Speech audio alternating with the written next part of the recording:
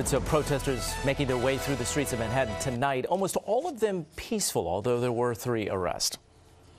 The NYPD vowing tonight to support peaceful demonstrations while also safeguarding the city.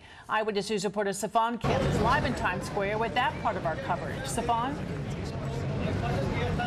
Well, Shada and Mike, make no mistake about it, they were angry. But as you mentioned, for the most part, this was a peaceful protest, but emotions were running high. 3 protesters were arrested, 1 for smashing the windshield of an NYPD cruiser.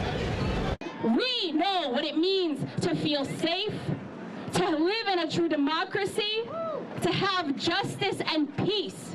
But until then, we won't give them any peace. At Times Square tonight, there was a simmering anger that felt all too familiar. Like deja vu, once again they spilled into the streets, fueled by fury, after another black man was killed by police. What's his name? Tyre! Say his name! Tyre! They demonstrated at Grand Central Terminal 2 and at Union Square and crisscrossed the city, eventually bringing the crossroads of the world to a screeching halt.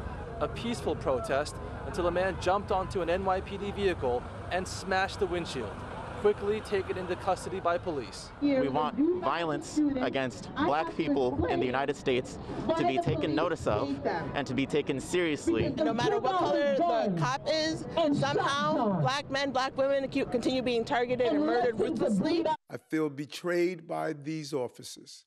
The mayor tonight saying he too feels deep pain and calling for peace. Our officers must follow the law and be held accountable for their actions. Otherwise, there is no law. We should be able to express our sorrow and our rage, but we must take all that pain and turn it into purpose. I won't watch the video. The public advocate, meanwhile, in Times Square to ensure nonviolent protesters are being given the space they need to channel their anger. You know, I think there's a lot of pain, there's a lot of anger, rightfully so. I think here in New York, we should also, try to figure out how we can be better.